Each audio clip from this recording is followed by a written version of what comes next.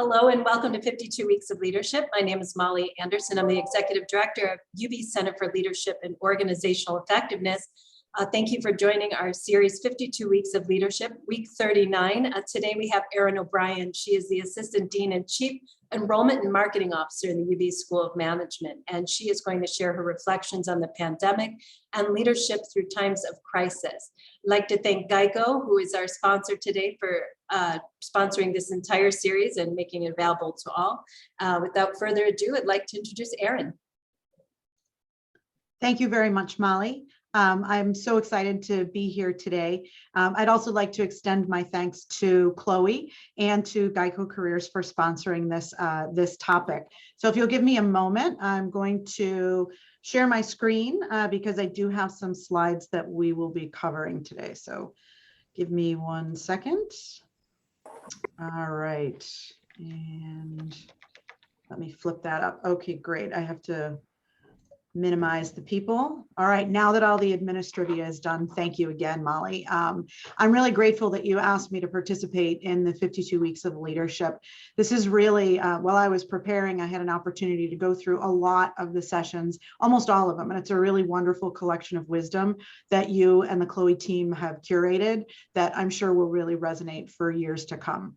So let's jump right in, shall we?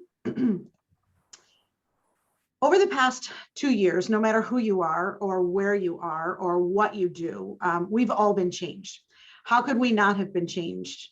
We've been operating personally and professionally in some level of crisis for the last 20 months.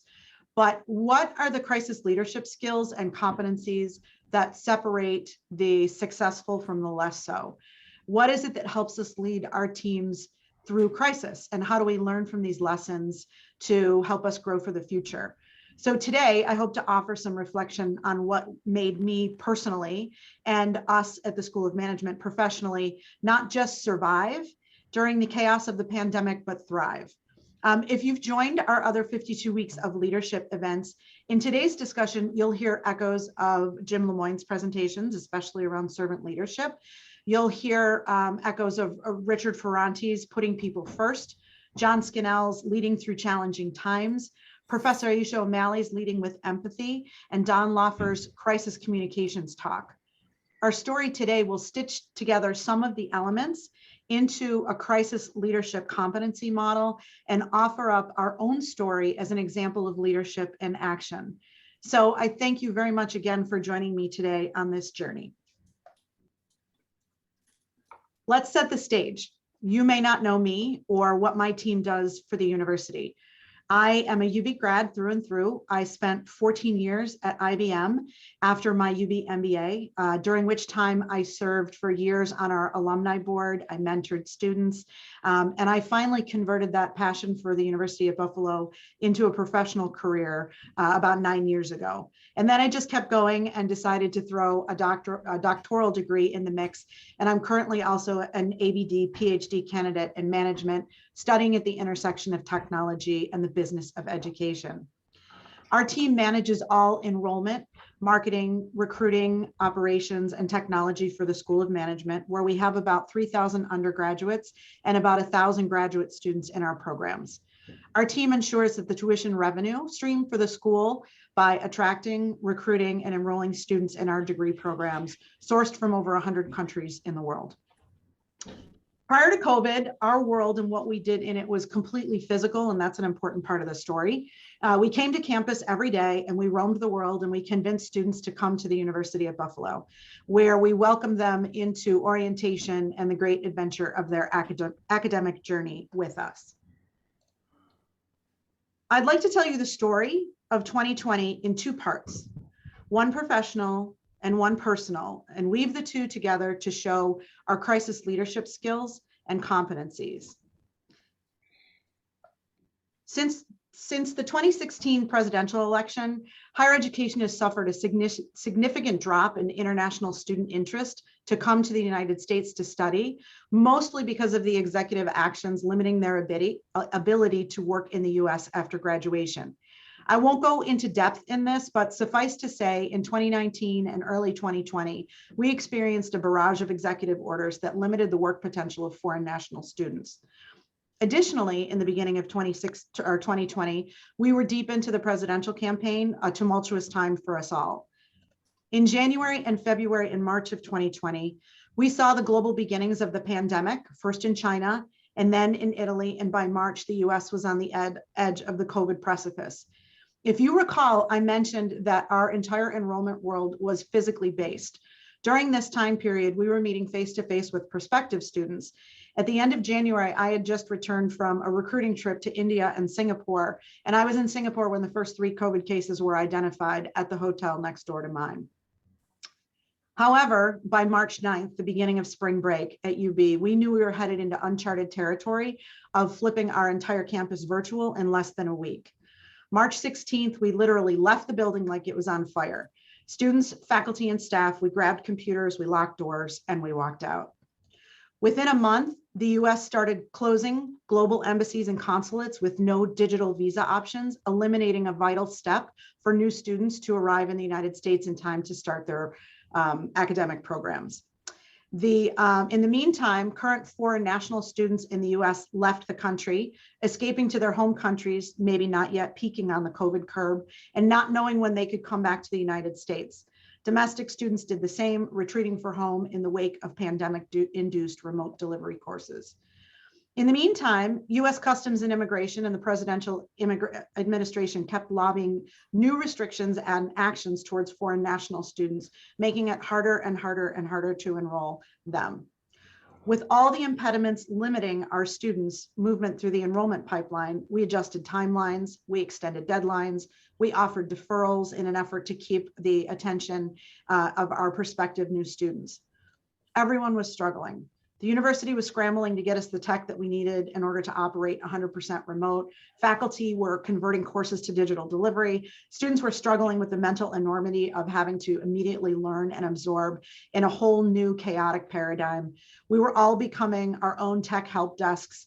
And then the pandemic started wreaking havoc on our US economy with people losing their jobs. But unusual, we weren't seeing the counter-cyclical economic bump in applications. So our professional world was significantly turned upside down. In the middle of the pandemic chaos in our work world, on October 4th, my father went to the ER with breathing issues and a fever. They did a COVID swab, but as this was before the surge, they did not have widespread testing capabilities in hospital, and his sample was sent to the state lab. The ER sent him home that day with Tylenol and a mask. The morning of October 8th, the hospital called to confirm my dad's COVID positive test and quarantine him and my stepmother. Very early in the morning of October 9th, in respiratory distress, my father was rushed to the hospital in an ambulance, where he was immediately admitted to the COVID ICU. If you recall last year at this time, we were just starting to see increases in hospitalizations, but we were yet to see the large numbers. Within a few weeks' time, the ERs and ICUs would be filled with COVID patients and anxious families. On Sunday, October 11th, in an unexpected moment that I will regret every day for the rest of my life, I missed a call from my father and the ICU team as he was crashing. In a second, and without me, the ICU team made a decision to intubate him to save his life. My father was on that ventilator for 7 days. By October 14th, my stepmother was confirmed positive COVID, facing what she thought was a terrifying future, having just seen my father go through it. Now that my father was being cared for by the ICU, we turned our attention to our stepmother, both in quarantine and serious trauma. She was paralyzed by fear, and it was clear that it was my turn to lead us out of this. My brother was overseas on an assignment for his job 10,000 miles away from us and not able to come home, but we were in daily contact. As with any medical crisis, there are hopeful highs and desperate lows. Over the course of our journey, we experienced them all. If you like, you can read about them at our CaringBridge site, caringbridge.org/visit/TC O'Brien. But where my father was an extreme case in the ICU, my stepmother was an extreme case in the opposite direction. She never exhibited any symptoms at all. And had we not had 2 independent positive tests, we would never even know she had COVID. By October 18th, the ICU team removed my father's ventilator, but after several days of stable, stagnate, decline cycling, he was re-intubated on October 25th in an effort to save his life, which ultimately did not work. My father was strong enough to survive active COVID, but not strong enough to survive the ravages of the aftermath. We made the difficult decision to remove all life support, and he passed almost immediately on October 28th. Let me say this sincerely. If any of you or your family also experienced this profound loss, my heart goes out to you. So now you've heard the challenges we were facing, both personally and professionally, in mid-2020. So let's explore the competencies that it took to lead us out of that environment. Wooten and James in 2008 shows us the building blocks of leadership competencies during times of crisis and how they exist in a continuous looped relationship.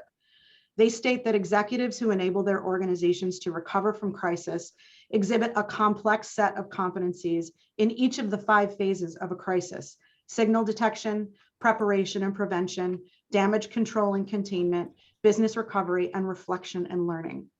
We first have to make sense of the crisis and then act with organizational agility to contain the damage of the crisis in order to recover, reflect, and prepare for the next crisis.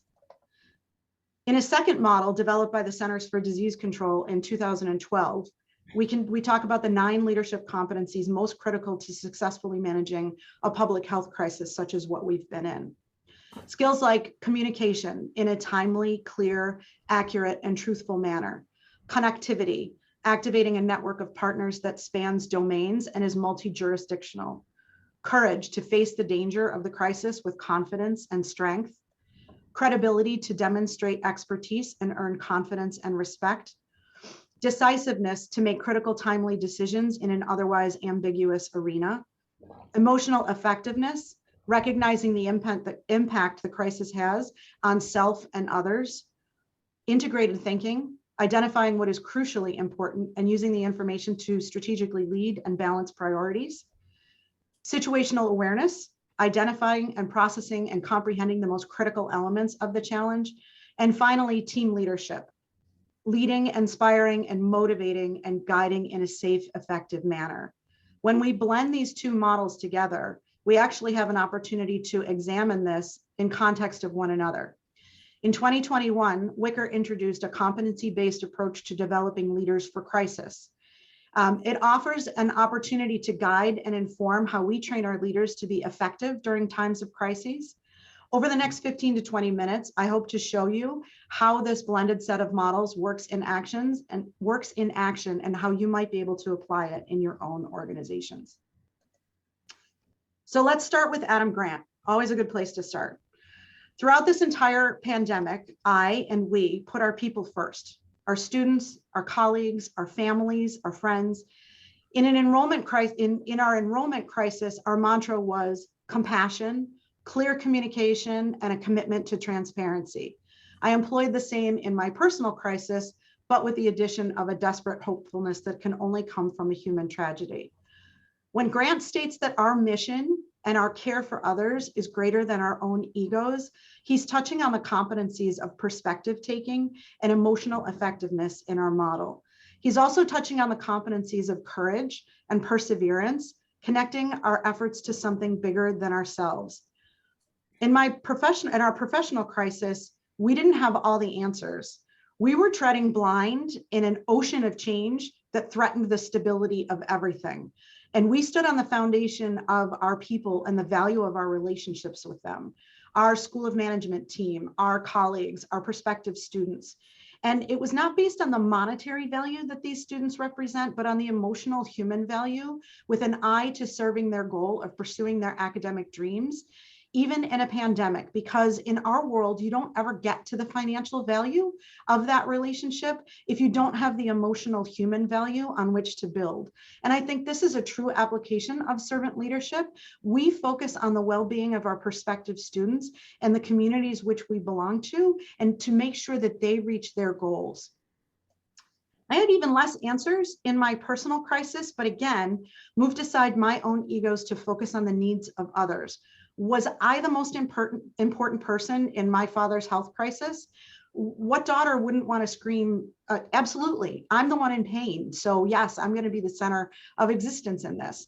But that would not have served our mission. Our mission called for clear, emotionally intelligent, decisive thought that kept the whole picture in mind, understanding that all the stakeholders in this health crisis journey. In order to lead my family through our crisis, I had to focus on the needs of everyone else. My father's wife, who was paralyzed by fear, my brother, who was in another country, my father's family and friends, desperate for information about a person that they loved.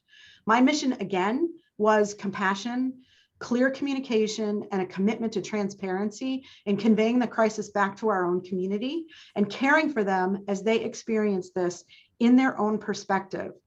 Adam Grant says it pretty succinctly and implies that we have to step back and examine our own mission through the lens of care.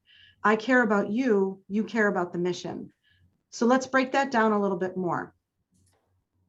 In the psychology behind effective crisis leadership, Gianpiero Petroglieri, an associate professor of organizational behavior at INSEAD, is also a medical doctor and a psychiatrist, talks about the holding construct of child development pioneered by British psychoanalyst Donald Winnicott, as it's applied to leadership competencies.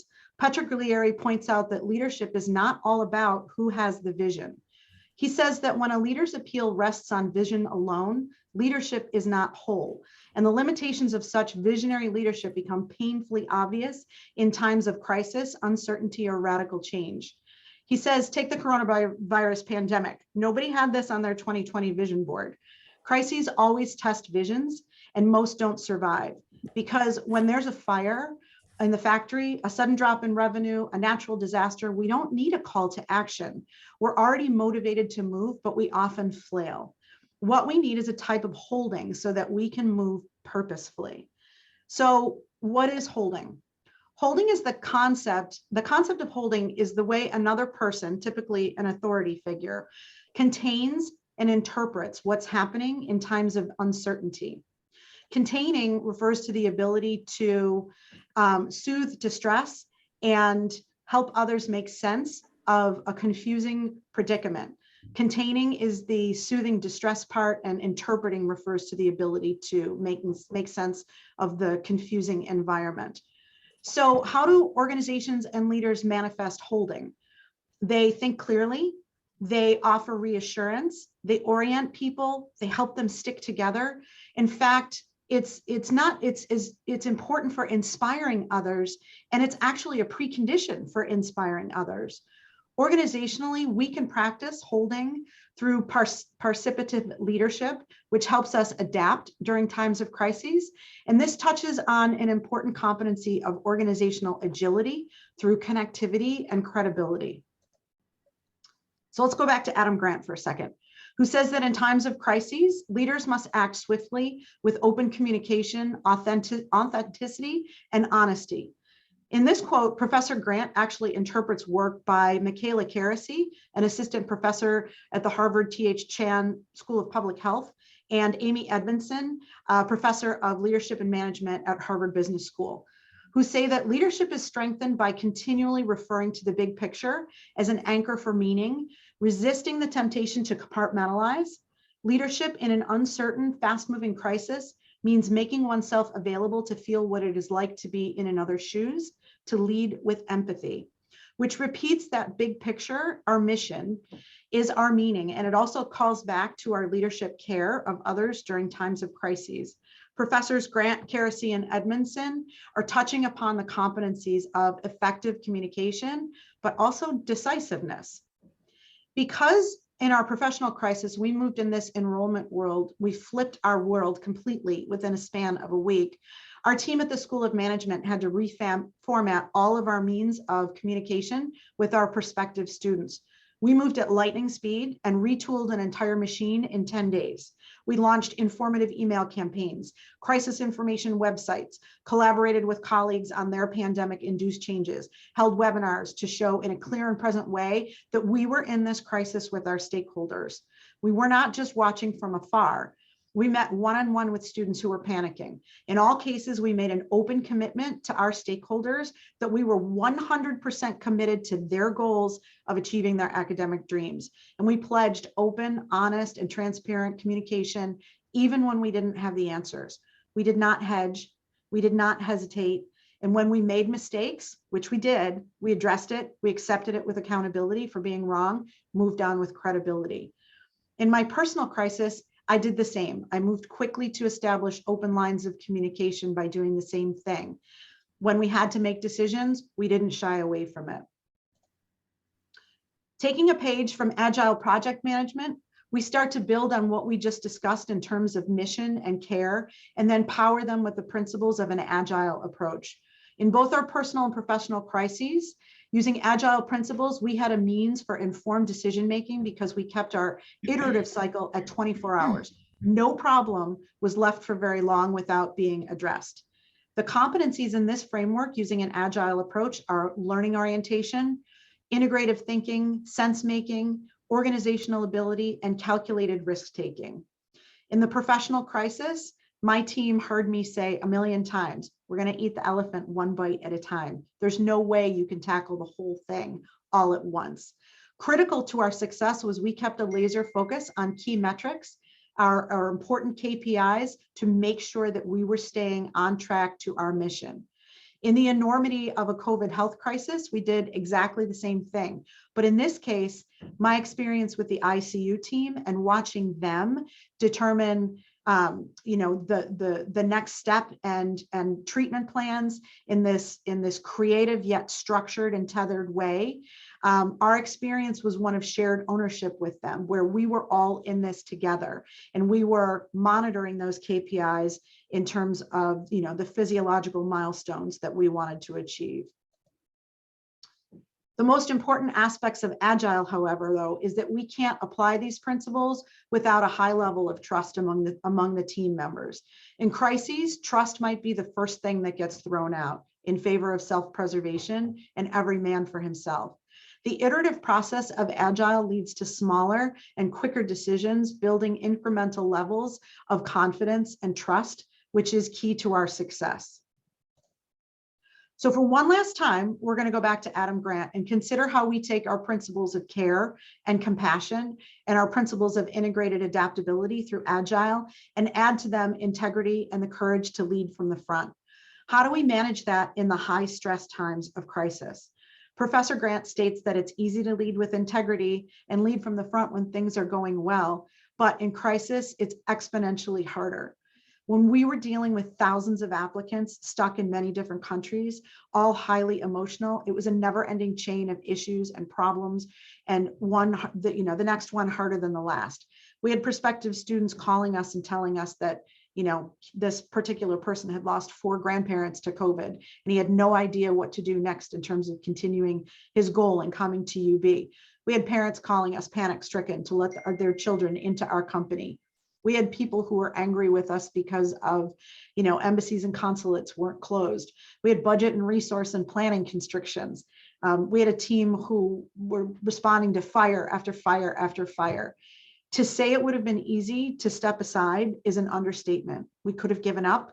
We could have said, not today. We could have gotten angry. We could have given in to the stress, the pressure, and just handed it all off as an impossible problem.